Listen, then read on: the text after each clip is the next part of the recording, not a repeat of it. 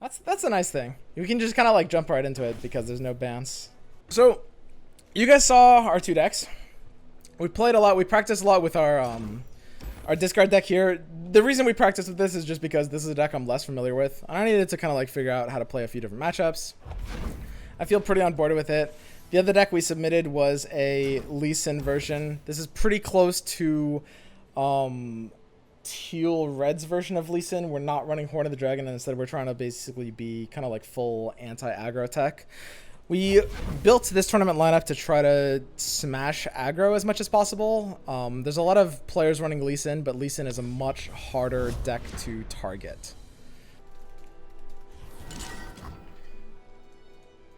Alright, so he's playing the Anivia deck. This is actually a really interesting one. It's going to play pretty similar to War Mothers. It's basically like a different style of that kind of deck, like the War Mother style deck. I'll pull up the list here.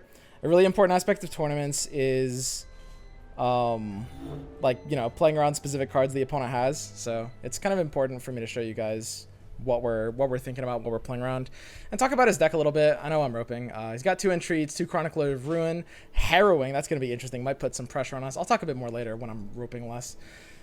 But here we have a pretty easy opening hands. We can keep the Pale Cascade. Pale Cascade is actually totally fine here. Honestly, this is a pretty free hand. We can keep this. Just make sure we're looking at the deck and playing around everything. Yeah, it's basically just a full stall style deck, right? Like War Mothers. He's building this to beat aggro, and he's running 2 Flash Freezes to help beat the Lee Sin matchup. That's going to be the spookiest thing for sure. Alright, let me go back to the game here. No more hiding. Yeah, sorry for like, I know it seems weird like roping on turn 1 and 2 of the game when there's no decisions, but it's really important to be looking at the deck and still making a game plan for it, right? So he takes an open pass on turn 2. This can mean a few different things.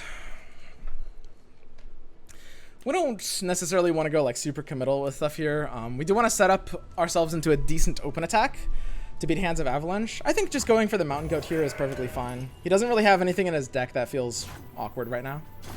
So now we, if we want to, have the ability to open attack to beat Avalanche. We could also do, well, we have a couple of interesting plays. We could go for like Eye into Pale. That's another way of beating Avalanche. Avalanche is not going to do too much unless he's also combining it with like Vile Feast.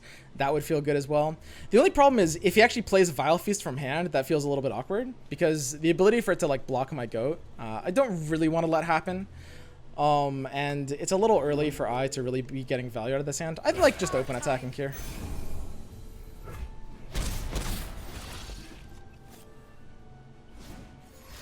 He's already getting basically the same value out of Catalyst. He will heal for 3.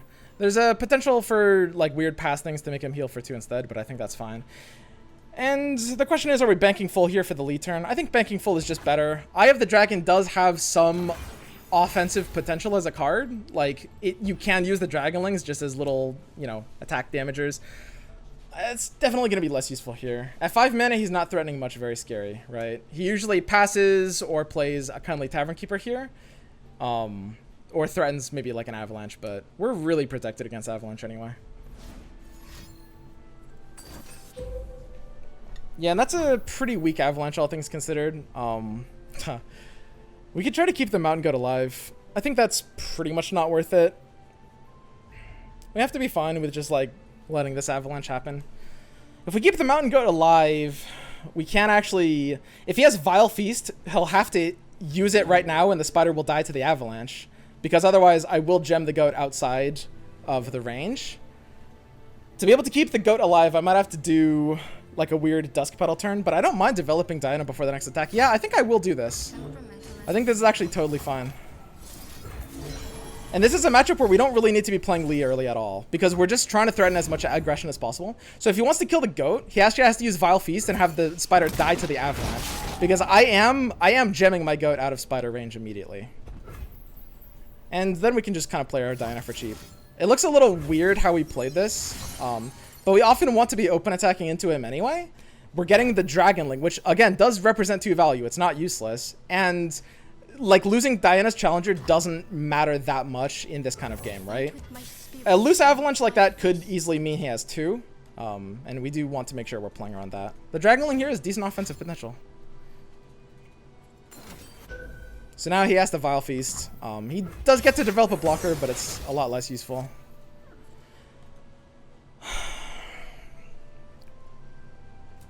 That's kind of interesting. The question is it insane to not Diana at this point? It's a bit tricky. Banking 2 leaves a lot of things open. We actually don't horribly mind using Zenith Blade on the Mountain Goat. The Diana has the unique property this turn of being, you know, 1 mana cheaper. But it does mean we can't, like, Lee Zenith next turn. What is he playing? He's not really playing much that actually threatens the Diana. It does make it a little harder to develop into him, because then we're losing to Avalanche. It's actually pretty interesting. I think I play the Diana here, but it's close.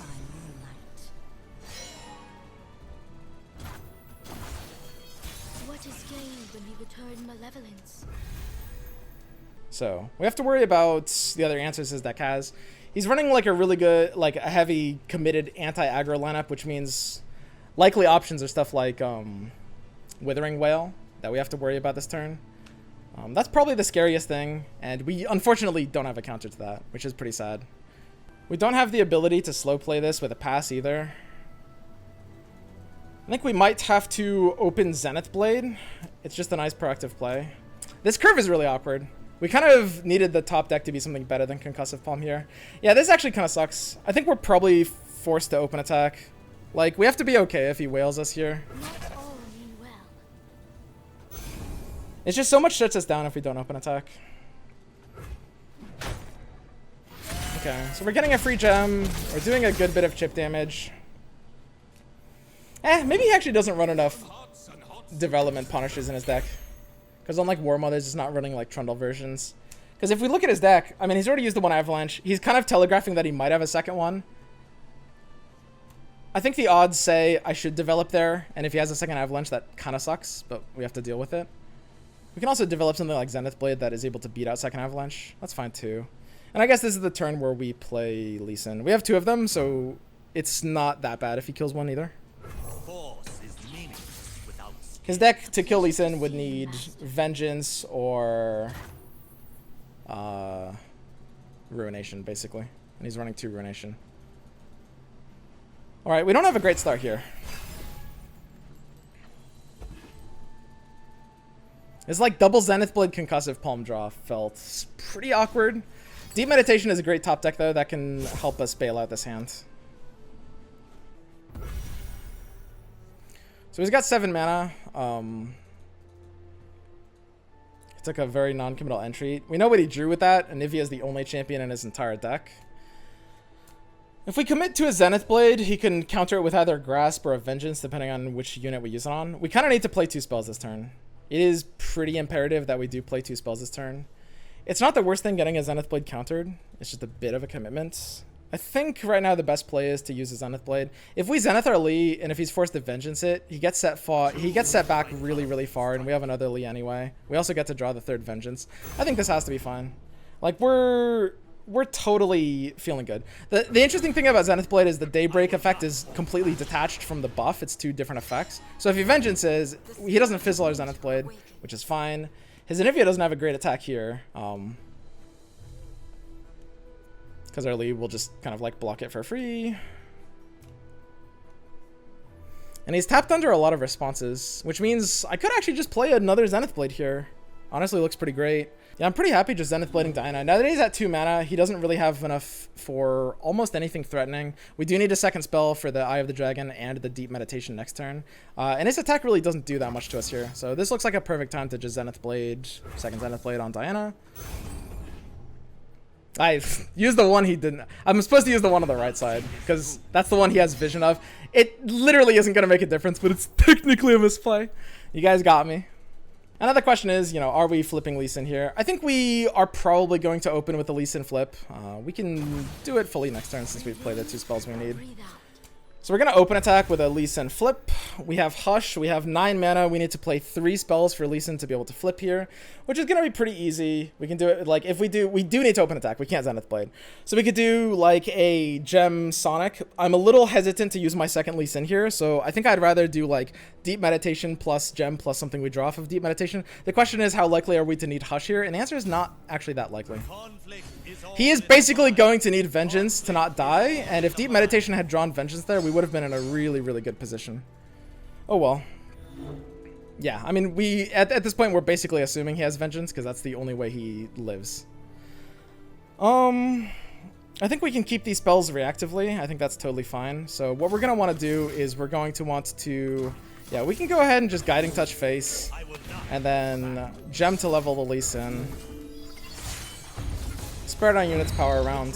I'm kind of like running out of time. It might have been slightly better to Gem a different target, but I think I is fine for this.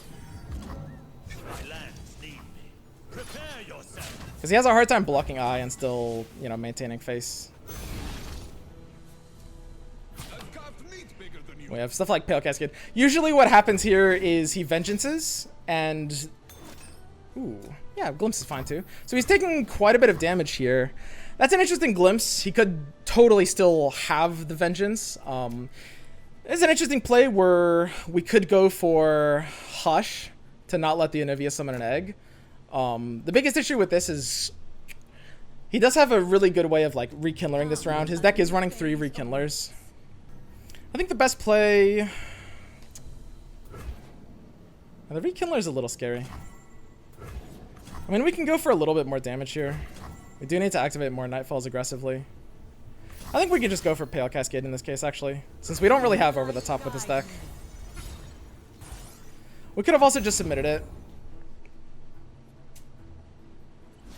So if he Vengeances now, that means he doesn't have the Spider. It was a buff to... It was a big misplay to buff Eye with the Gem, I think. That had to have been wrong. Okay, so he gets like the whale value here. It's alright, whale value. Alright. Yeah, we ran out of time on that attack. Definitely wasn't properly optimized. We were supposed to Gem... I don't know, actually all of our targets for Gems feel kind of bad. Like... Lee Sin mostly just gets countered by Vengeance. If he doesn't have Vengeance, he's kind of screwed anyway. We did force his mana out from being able to Rekindler this turn. It wasn't that bad, what happened. Bastion is a sick draw. Really, really good. Can see the Demacian border from here. So he basically needs to Ruinate and then hope we don't have Vengeance, because it looks like he doesn't have... Or, so I hope we don't have Bastion. It looks like he doesn't have another Bastion popper here. Is the impression I'm getting. Ruination really shouldn't save him here, especially if he doesn't have the popper. And I do need to use my mana, so I think the best play here is probably just an easy Mentor. Looking into the future, I see purple. So if he Ruinates, he goes down to 1 mana, and then I can Bastion knowing that 1 mana can't pop the barrier. His hand looks pretty awkward here.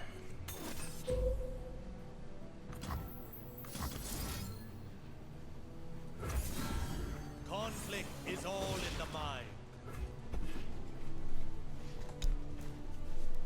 Bastion's a fun card.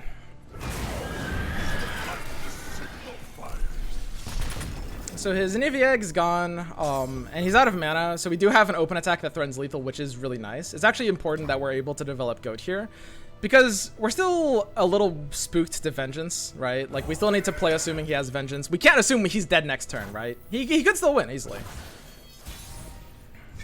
It's very possible he has Vengeance, and just kind of like was trying to give it a better opportunity for it.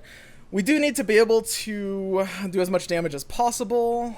And honestly, everything scary is at fast speed. It's kind of crazy. He needs to play fast speed things to counter us. I think we do develop into this. The only problem is he could actually have a second Ruination the way he's playing, and our hands actually can't beat a second Ruination. So this is a very weird play. But basically, the way he wins this game is stuff like Flash Freeze, Harsh Winds, Vengeance, expensive stuff with the exception of Flash Freeze. The only downside of developing here, the only punish could be he plays Rekindler and then Flash Freeze. That specific hand, Rekindler plus Flash Freeze. But mostly we just want to make sure we're threatening as much as possible against the Vengeance, Flash Freeze, and Harsh Winds hands.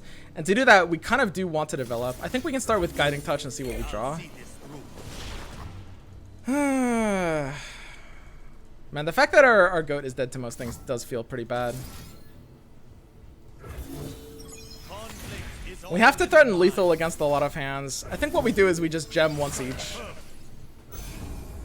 We want to do 11 so that we can beat Vile Feast hands.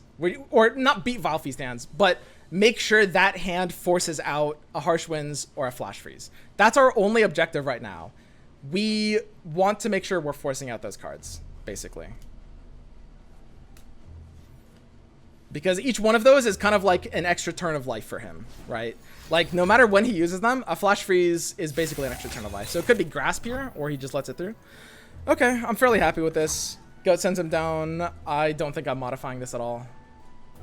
Like, it's just not worth playing more spells here. So Rekindler is usually a play here. He might have used it earlier if he had it.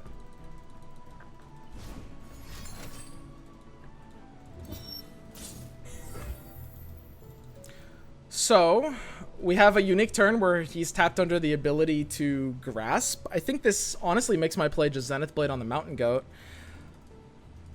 And it looks like he doesn't have Grasp in hand. I think this Zenith Blade is kind of never doing anything better than this. It's kind of unfortunate. Our hands right now, we're pretty out of steam, right? Like, these are the matchups where we want stuff like Solari Priestess, or even like the Horns of the Dragon version. Draw second Leaf feels good. Double Ruin at hand. Wow, that's crazy. Harrowing? That's harrowing if it's not Ruination. So how scary is Harrowing here? So he doesn't trigger the play effect. He gets 2 Anivias that are potentially coming back, and he's drawing off of Avros and Sentry. It's not bad.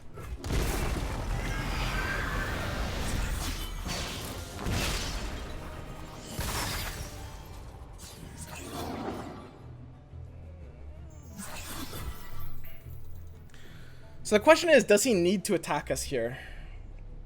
So these are ephemeral. If I hush them, they're no longer ephemeral, and then they'll live to next turn, and then they'll die next turn and trigger next turn anyway. Hush is basically useless until he attacks into me. And a smart player, I think, wouldn't attack here. But if he does attack and I'm able to hush, I can get some value out of that. We do have the full 13 mana, so we can potentially hush 3 times. Honestly, I might have to hush this entry here. It basically tells him what we have. If he's a smart player, he's not going to attack with anything anyway. This Hush is pretty bricked out, and I actually really am scared of letting him draw one. But he'll just draw one the next turn anyway, right? But it'll be 1 turn later. That actually does matter. Yeah, that's interesting. Feels kind of bad.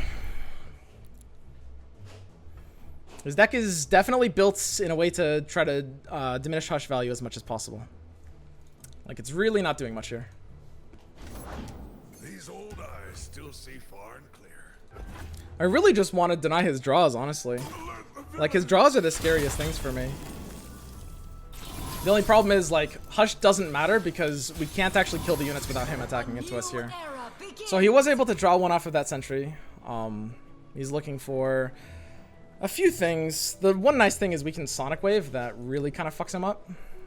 So I think it looks like we're opening with 1 gem. And then dragging the Anivia with the Lee Sin. That looks good. Kind of has to be the best play. Yeah, there's no way around that. We could use the second gem too. There's a call to use the second gem here. We have, these are 3 mana each. Yeah. I'm actually using the second gem here, I think. Sure. I will not hold back. Look out for Reavers. So he usually has some way to deal with this. Harsh Winds is the scariest card he could have. And Anivia's champ spell is Harsh Winds too, which is pretty spooky. So I can start Sonic Waving now. Sonic Wave is how we beat Harsh Winds. If he has Harsh Winds here, I feel pretty good. He kind of needs Vengeance in this position. Because Sonic Wave is just enough damage on its own. Because this is 4 damage because of the kick, which means now it rethreatens. And now if he plays Harsh Winds, I basically win. Because he needs to kill my Lee Sin, or maybe even Glimpse Anivia. I guess he could have Harsh Winds plus Glimpse mana. Okay. Glimpse is pretty good there. It still leaves him at 1 health, which could force us to play another card and let him Harsh Winds after. And that's, man, that's such a good play. It's like now we're pretty stuck. It feels pretty bad here. Because now we're folding to like Harsh Winds hands. And he only needs 1 health. He only needs 1 health because we have no real over the top here. This is doing 6. And this is doing 2. There's no way to stop the glimpse at this point without deny, so the Lee is doing less damage. It's less of a target. Yeah, I mean, we still have to commit to this. There's kind of no way around that. These are 2 Lee Sin Sonic Wave, but that doesn't matter. Like, we don't really need additional copies of Lee Sin. At the very least, we're forcing things out and making him lose to a lot of hands. And if he does stay alive for 1 more turn, then I might just hush the Anivia at that point. I like this deck. For this current meta, it's like a really, really good anti-aggro, anti-Lee Sin deck. Okay, so he tapped down to 2, and now he's at 2. And the goat is dying to this combat. So the last Sonic Wave is the 2 damage we need here. At 2 mana, he can only Vile Feast to keep himself alive. So I'm just Sonic Waving harder, really. I can Palm instead. Palm actually does push 1 damage. Yeah, Palm's not enough. Yeah, I just have to Sonic Wave harder. There's literally no way around that. Is there anything we're drawing off of Guiding Touch? We are floating the meta for Guiding Touch. I think we were supposed to use Guiding Touch earlier. Pale Cascade is slightly less of a commitment.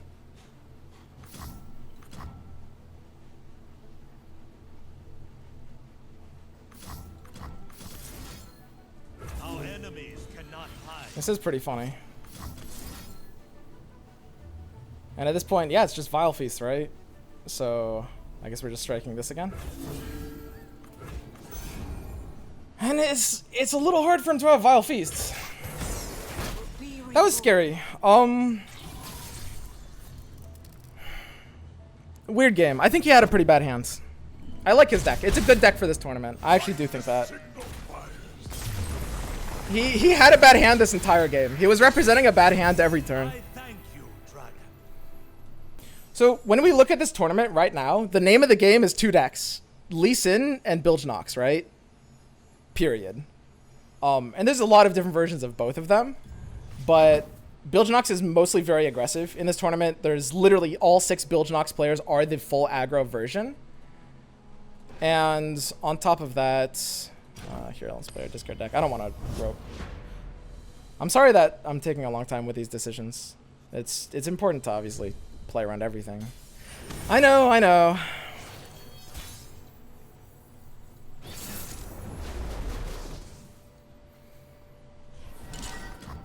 But any deck that feels good against both Lee Sin and aggro is good. And like this Anivia version feels good against both of them. The fact that Anivia gets double drawn and turns into Harsh Winds is really, really, really good against Lee Sin. Here, 1 second. Okay, so we're playing against the same deck. This is the aggro version, and this is an unfavored matchup. This one is going to be pretty rough. Same deck. We do need a bit of replenish, a bit of aggression. I think in a hand like this, I kick Experimenter, but I actually keep Jinx here, I think. Because it's going to be like really, really hard trying to play for like swarm boards. I think Jinx is a really big win condition here. Because her getting frostbitten doesn't matter. She's just kind of like an engine that's going to threaten to win the game on the spot. So this is a sick draw. Jury Rig means we can just start right off the bat really, really aggressively. And we can even open attack on turn 3 with a House Spider in play as well. And threaten putting him down to 11 on turn 3, which is really scary for him. The only problem is we get countered by Whale. Ooh, Vile Feast. So no longer has the mana for Whale, but still has the mana for Avalanche. All right.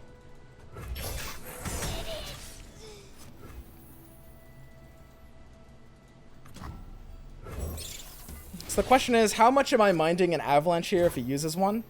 He's running 3 Avalanche and 2 Whale. Now the trick of it is like, you know, it's like Avalanche is the development punisher and Whale is the open attack punisher, right? That's how it works. But of course he tapped under Whale, which means now it's just like open attack, make Avalanche feel a little bit worse. He's running Catalyst, but not other ramp tools. His 3-drop is usually something like Kindly Tavern Keeper, which actually does kind of slap here. It would be able to block a 1/1 for free. I can't mind the Avalanche enough to not play Draven here. Like, if this forces out his Avalanche, that feels just really, really good. Because Draven will still get a slap in. That's fine. Ain't nothing wrong with that. He loses the blocker. And the fact that he Vile Feasted kind of pretty much telegraphs he doesn't have Avalanche anyway. He's got a decent Kindly Tavern Keeper here. It won't heal for the max 3, but what it will do is it'll block a 1/1. And I guess he has to worry about vision. See far and clear. Vision can be pretty spooky sometimes. Looks like the easiest full attack of my life. So we can Poro Cannon the Flame Chompers and then discard something so that the Flame Chompers gets the attack on the axe. Wow, I think we have to do that here. That's like it's a pretty aggressive play, but I think we have no choice in this case. We have to discard one of our Poros. I think the Poros are not as good in this matchup. Or we could discard a Rummage. I'm still playing around Whale. I think we kind of have to do this. Time for the moneymakers. Goddesses need victims. I think I'll drag this, actually. Yeah, this feels fine. So the thing here is, like, because of his exact deck at 2 mana, he can't really... Like, a Troll Chant would feel a little bit worse for sure, because, like, that would threaten Draven. But the fact that he's not running Troll Chant in his deck, I think, is a really big vulnerability. It allows me to make a play like this, which is normally, like, a huge commitment otherwise. I'm feeling like... So, the thing about Daring Poro, obviously, you're paying for the elusive keyword, and his deck is mostly spells, right? We don't really want the elusive keyword in this kind of matchup. What we do want is the ability to play Jinx and have the mana and the hand to keep her outside of grasp range kind of no matter what. And that's exactly what we have here. Like, now that we forced his Avalanche there, now we can play Jinx, and next turn we can flip Jinx if he were to grasp it right there, right? And that's really, really valuable. Rules are made to be broken, like buildings. And he could Vengeance us next turn if he uses all of his mana on that, but it's really just not worth it. That's an interesting one. Ooh, doesn't attack there. Wow. Interesting. Interesting. Usually that's a free attack. Could mean... it doesn't really mean much, honestly. So we pretty much, to level up Jinx, we have to use Axe on something, and then use Rummage on the last 2 cards, including the other Rummage, right? Watch and learn. It is going to be important. I mean, he does kind of have to stop this, doesn't he? Does he have anything at slow speed, honestly? He's already used 1 Avalanche. But we, like, fuck Grasp. He loses the game if he grasps here. This is kind of interesting.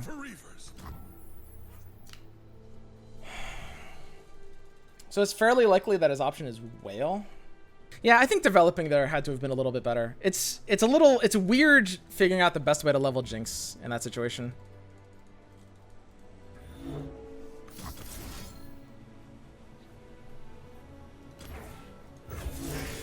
Now we're cooking.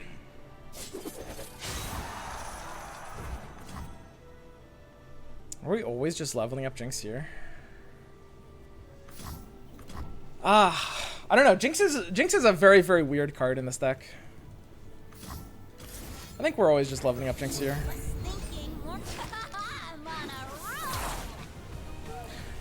So the awkwardness is if we don't do that right there, if we don't Rummage right there, and he lets it through, our Draven will hit, giving us another Spinning Axe, and that will actually mess up the ratios of our hands. And we won't be able to get as efficient of a level Jinx. Whereas, like, if we do get a level Jinx in a situation where he can't possibly grasp to counter it, I feel like that's just kind of game winning. So, I mean, he kind of needs to Ruinate to be good here. But we do have the Experimenter, which means we almost have to crowd favorite here. I stand for Noxus. I gotta work with That's super this bizarre. Joker. If they're out there, I'll spot them. Now it's a party. But yeah, Ruination is definitely a little awkward here, and that's what he has. Okay, so we do have a few other draws. Okay. I don't know, does keeping the crowd favorite in hands do much? It allows us to bank spell mana, which doesn't matter. This is one of the decks that just can use spell mana the least out of all the decks, but it does matter a bit here. That's true. You suck. Yeah, that's gotta feel pretty good for him. We have a very awkward hand. Like, Battlecaster and Crowd Favorite are really awful right now. I don't even think I can spend mana to play them. I think I might be forced to just Experimenter here. The question is, do we go for aggro or do we go for value? Long-term value says I have to play Battlecaster and Crowd Favorite here. We could run out of steam really, really easily. He has a lot at 3 health I want to kill. I don't think I can play Experimenter here. I think I have to play Battlecaster, and I could bank the mana instead of playing Crowd Favorite. That's interesting. Banking the mana, I have to assume banking the mana is going to matter. Yeah, I guess I bank the mana instead. The Crowd Favorite on a second unit is literally useless. So that's why banking the mana matters. Ooh, this is pretty rough. This is very, very rough. Pretty locked out of great place here. We need a second Jinx to hit. I might just have to get excited face, honestly. Can threaten too. This is probably the best attack I'm threatening, honestly. Yikes! Very, very awkward. We're up in game 1 though, so I mean, in theory, even if we lose this game, we should still have a favorite matchup for game 3. Super interesting. Super, super, super interesting. Wow. I mean, I think I have to get excited here, but maybe not Augmented Experimenter yet. It's not actually that hard for his hands to be feeling pretty awkward. Like, most hands here just play something like Anivia. Am I literally ever playing Crowd Favorite? It could happen that he passes back and then we play Favorite next turn. Sure. That actually isn't possible. It isn't impossible.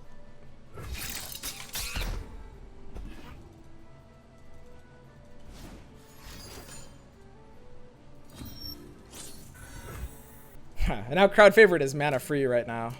And we're kind of committed to Experimenter. See, now this is like super bizarre. Because it's mana free in this case. Banking the mana actually mattered. It doesn't cost us the action and make our attack worse. I guess I have to play it now. The one... It's so fucking weak though. It's a 3-2. I have to play it. I salute you. Yikes.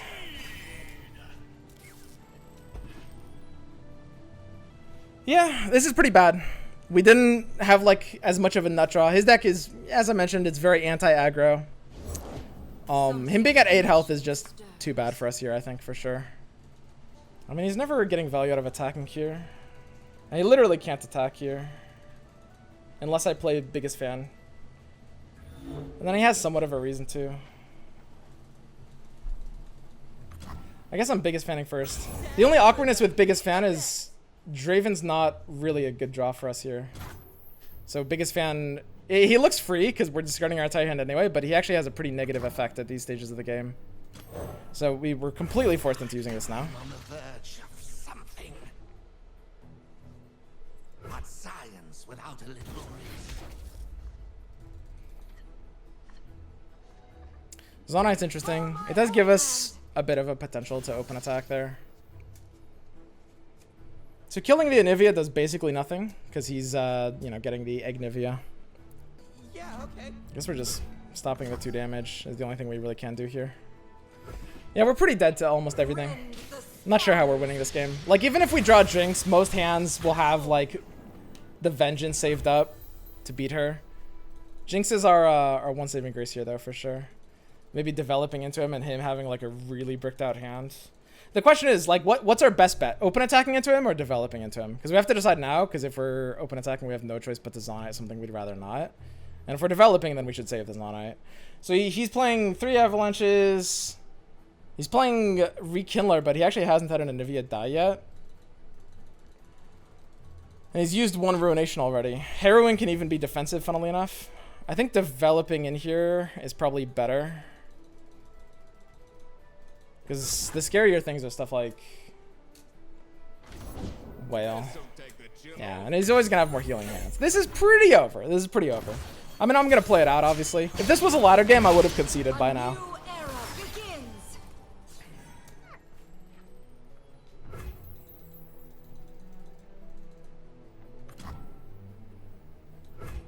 This is pretty bad.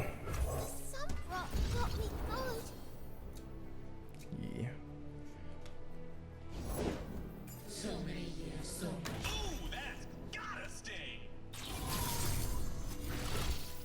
What are we hoping to have happen here? Not much, right? I think we have 0 win conditions. Yeah, I wonder if I could have done anything differently there. I think the one turn we attacked with Jinx had to have been a bit awkward. But it feels like in this matchup, unless his hand is fully bricked out, Jinx sticking to the board has to be our win condition. And outside of that, it feels like we kind of have nothing. Ah, jeez. Sure. I will endure. I've carved meat bigger than you. These are the kind of board states where we could have just been forced to keep crowd favorite a little bit later. Like, he does threaten kind of no pressure. I think we could have played this a bit slower for sure. It's like the two crowd favorites we had an option to play.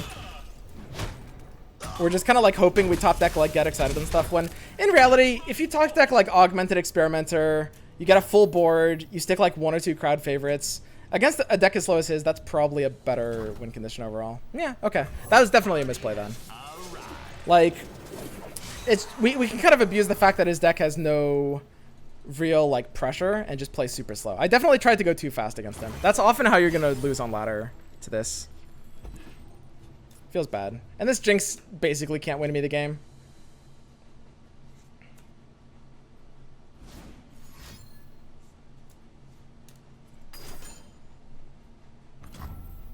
Listen, they come.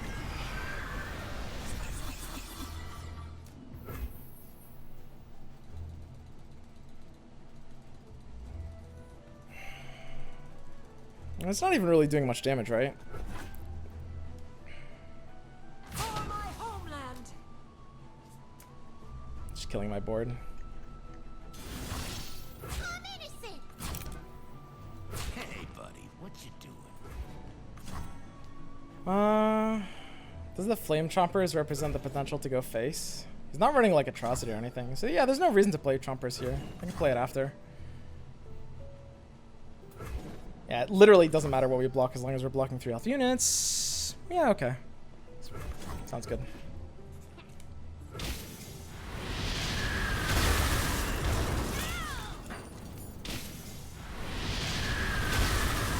Draven out. Light the signal fires. Alert the village.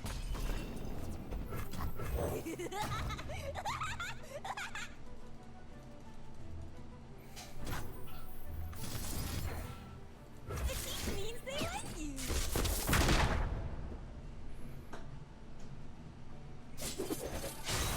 Oh yeah, I forgot they buffed this to 1 mana. The only problem is we still don't have an open attack.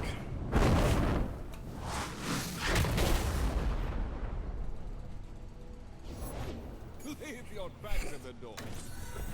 This is very futile, boys.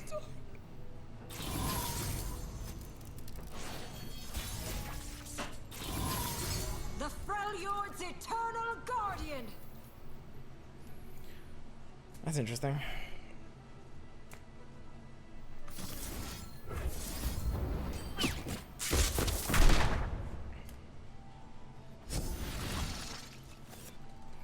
Yeah, GG. We tried.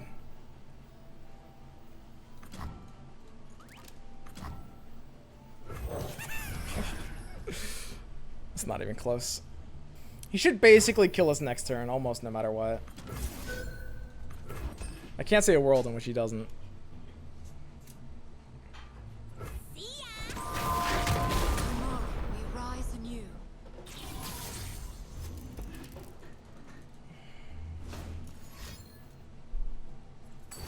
Yeah, and he has to vengeance now, because otherwise I actually have a decent pass.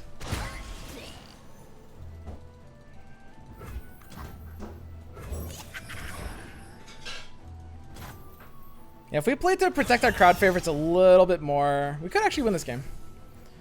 Like, I still assume his hand is like Whales and Grasps and Frostbites. Frostbites definitely don't do too much against this deck. A new But I definitely could have had a bit era more of a begins. chance. In an otherwise pretty unwinnable spot. That's fascinating. What's the worst that could happen? I mean, we nutted on Augmented, and he just played Rekindler here instead of anything else. And he's technically 2 damage short from lethal. Snow, wind, and ice. He just plays a unit here, right? Or any, like, literally anything that, like, pops one of my units. All he has to do is, like, Vile Feast my unit. Yeah, Whale's definitely good. Whale's beyond good here. Dude, if I had Get Excited and Mystic Shot, holy shit. The fact, like, man. He really Whales that? That feels so risky. Yeah, that's actually crazy how close we were to winning this game. That's nuts. Okay, well, I mean, Whale makes him pretty good here. Wow.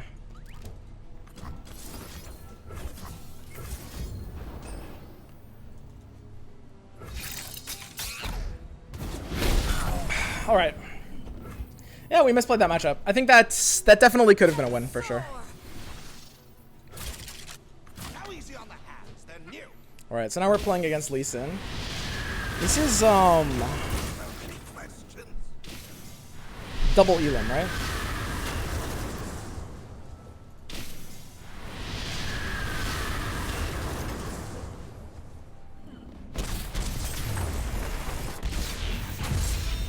Okay, we go to game 3.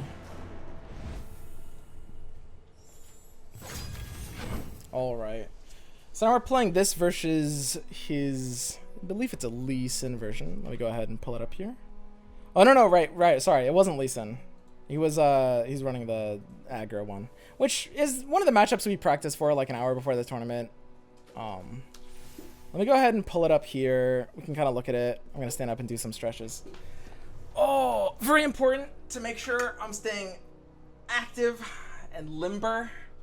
Because the thing is, your brain just starts playing worse the longer you're sitting into a chair not doing anything. Your brain starts playing really bad. So he's running 1 Corsair, 2 pets. It's just pretty classic MF Gangplank with the version that's running like 1 Pharaon tech. Pharaon's definitely not going to help him in this matchup though, which feels good.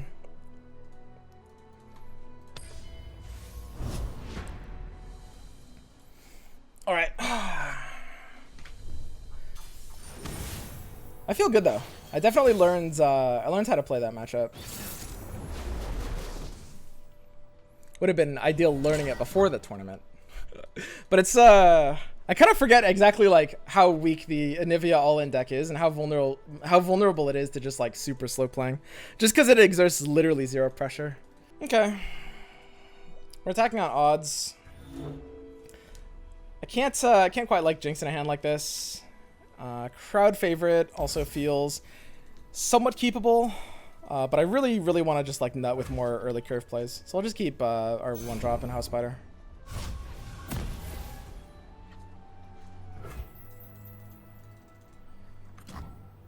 The party has arrived.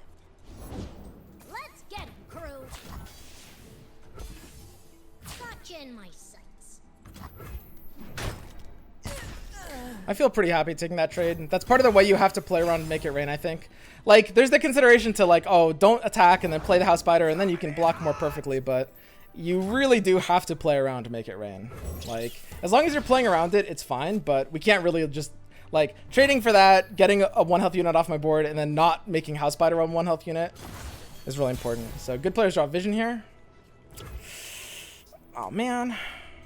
Fuck. That kind of sucks.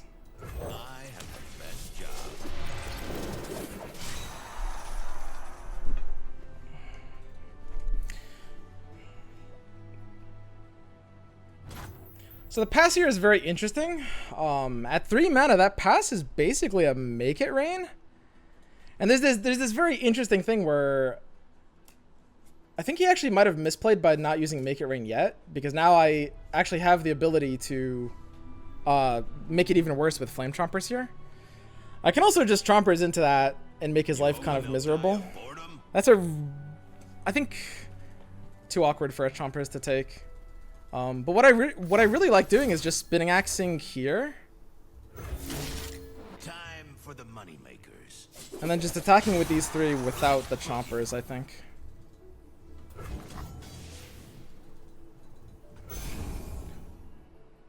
And his Make It Rain has like a bit over a 50, what is it, a 60% chance of hitting the 2-1?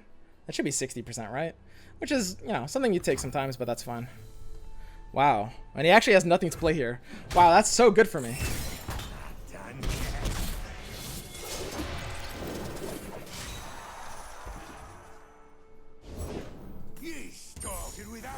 So it's like double butcher hands. Only single butcher. Okay, I'll take that. I'll take that. Keep up, keep up. So I don't want to let him zap hit me for free, and I do have the axe. So it seems like I just Poro Cannon away Draven's biggest fan and play a Poro. Seems like a pretty easy play. We do kind of need to keep the axe so that Zap can't really attack for free. I could actually kick Rummage instead.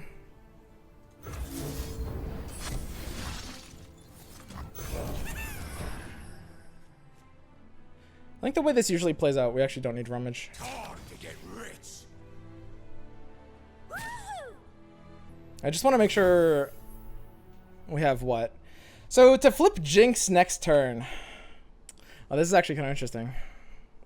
His deck has really no proper way of dealing with a flip Jinx. But to flip Jinx next turn, it is going to be a little bit awkward. I could block with my Draven here. I actually don't even mind blocking with Draven. I have it on good authority that blocking with Draven is trolly, but I kind of like it here. Like the extra spinning axe in the hand makes his plays feel really, really bad, I think. Now we're cooking. Because it just means my Jinx is flipping no matter what. That feels bad for him.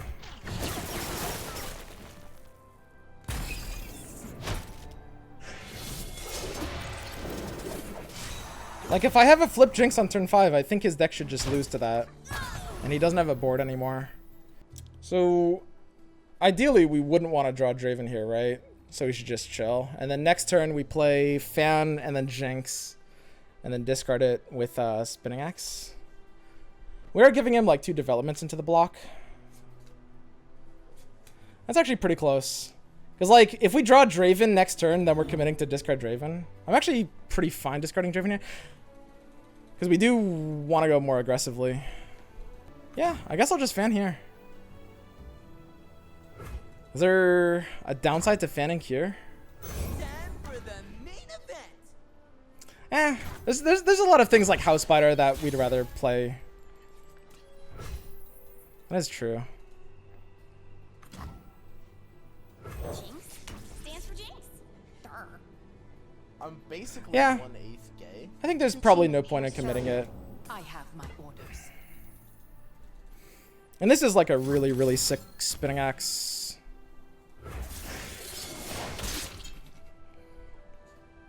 And a flipped Jinx, I mean, he kind of needs to do like... The reason Flip Jinx is so good against his deck is because he really mostly just has, you know, Fervor. He could do Fervor plus Make It Rain, and he kind of needs that specific hand to not just lose to this. If he does have Fervor Make It Rain, then unless we high roll the Make It Rain, wow, okay, that's super bad for us then. Good luck.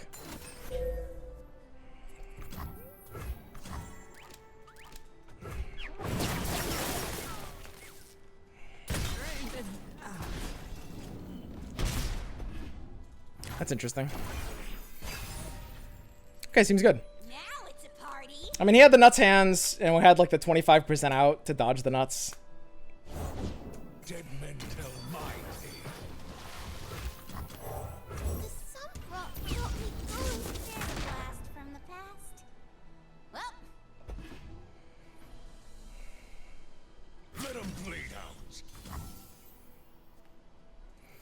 Oh, his Gangplank's really not doing too much here. Yeah, we're just tanking it and going face, huh?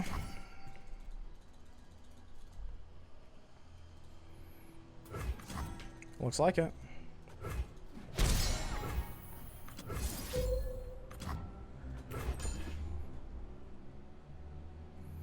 bye-bye. So we do want to keep the Jury Rig in our hand here. Because it's 1 mana, we can play it in the open attack if we want to. There's no hand state that's going to make us unable to empty our hands for it. And there's a lot of things that actually make us want the Jury Rig off the double draw. So the only question is, are we developing Battlecaster here? I guess we kind of have to. I mean, he's not really killing our Jinx in any way he couldn't otherwise, right? And if we play the Battlecaster as opposed to open attacking, then we for sure get the Rocket. And we have enough mana to use it. So yeah, this is an easy Battlecaster. Looks like we're good. So he has to take a pretty awkward fervor. And then we go jury rig into vision. And that gives us the way to kill his gangplank now. Because we got the one last rocket. And we should just lose here. So the one weird play we might have done was playing Draven's biggest fan before the Jinx the turn after. I guess was wrong. I don't know. That one's actually... that one has a hard time mattering, but I do think that probably had to have been wrong. Apart from that, fairly clean game. The biggest misplays was just our matchup versus Anivia.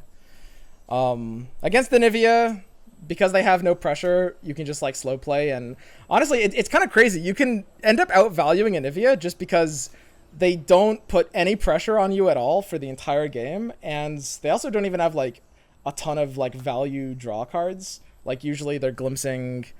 I mean, it depends like how many glimpses they draw and like how much you're stopping them. But you can actually just kind of like grind that deck out, which is really, really funny. And we do need to be doing that. The most important thing in like matchups like this is just knowing exactly what role you have to play in each matchup. And these are two very weird decks where these are two very weird decks where, or sorry, his decks against my discard deck. Discard has to play like very aggressive against MFGP, which sounds really weird because MFGP is normally like one of the most it's kind of the most aggressive deck in the meta. But the way the discard aggro deck plays into it, you have to be the aggressor by a lot. Actually, it's not even close. You can't really take value trades mostly. And against the Anivia deck, bizarrely enough, I'm not even really supposed to play that aggressively, depending on my hand and the board. Just because Anivia can be exploited by getting more value out of crowd favorites and saving them for later. Like if my crowd favorite could have forced him to like lose a vengeance or something, then that's game winning for me. Because then suddenly my Jinx sticks. All right, so that's game one. Not a super tight game on our part. That's kind of like the warm-up match. We made a few misplays, but it's round one. We're always warming up on round one, guys. I haven't played this game in like a week. Don't believe me.